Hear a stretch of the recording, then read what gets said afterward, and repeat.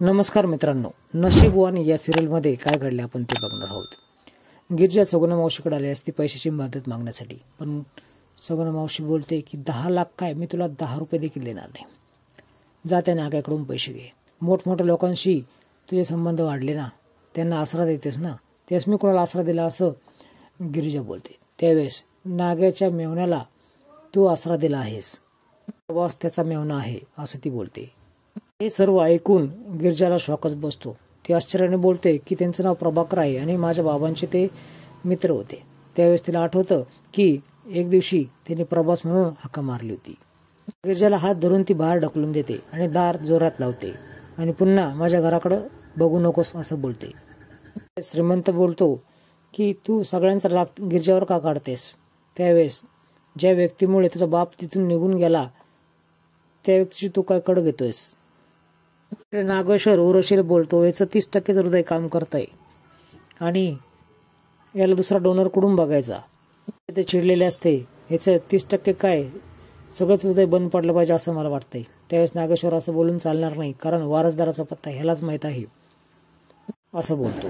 त्यावेळेस आम्हाला कळेल ना ती वारसदार कुठं आहे, त्यावेळेस आम्ही याचा नरडीचा घोट घेऊ असं नागेश्वर बोलतो।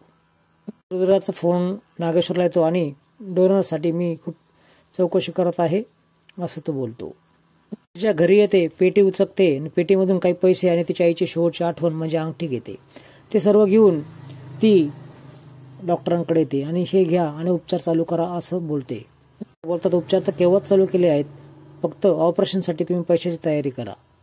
दोघेही पेशंट त्याच हॉस्पिटलमध्ये ऍडमिट असतात। रुद्रा रिसेप्शनिस्ट असतो, पण दोघे एकमेकांना बघत नाही। गिरिजा तेथून निघून जाते। इकडे गिरिजाची मैत्रीण गिरिजाला भेटते आणि सर्व प्रकार सांगते। गिरिजा त्यावेळेस बोलते की नागेश्वरच्या मेवण्याला मी थारा दिला म्हणून सगुणा मावशी माझ्यावर चिडली आहे आणि ती मला पैसे देत नाही असं ती बोलते। उर्वशी ऐकते आणि थेट आतमध्ये जाते। काय तू थारा दिला असताना? एक तर यांच्या डोक्यावर परिणाम झाला, आता ते मृत्यूच्या दारात उभे आहेत असं ती बोलते। कुठला सूड घेत आहेस तू माझ्याबद्दल असं उर्वशी बोलतेस, म्हणूनच तू त्याला थारा दिलास? गिरिजा पुन्हा बोलते, माझ्या बाबांचे ते मित्र होते म्हणून मी त्यांना त्या ठिकाणी ठेवून घेतलं। बाबाची देखील तब्येत खराब आहे आणि हे आपण नंतर बघूयात असं ती बोलते। विशाखा तिला बाहेर जाण्यासाठी सांगते। त्यावेळेस आवाज उचलायचा नाही, लायकीत राहायचं असं उर्वशी बोलते।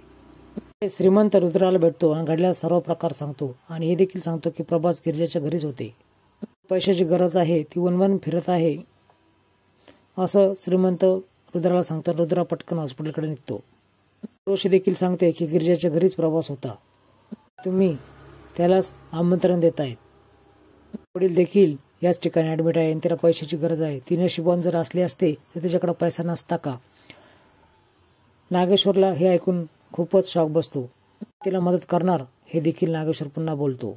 आता गिरिजाला जी पैशाची गरज आहे ती सर्व प्रभासला सांगते।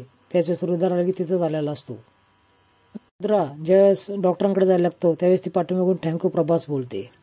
आता प्रभास नाव ऐकल्यानंतर हा मागं वळून बघतो, ही प्रभास मला का बोलते?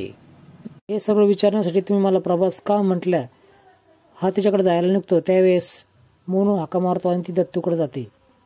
पुढील भागामध्ये तुम्ही बघणार आहात की प्रभास हा रुद्र आहे हे सत्य समोर येणार, पण वेगळंच कन्क्लुजन उभं राहणार। आता गिरिजा त्याला माफ करेल की नाही यासाठी फुल व्हिडिओ नक्की बघा।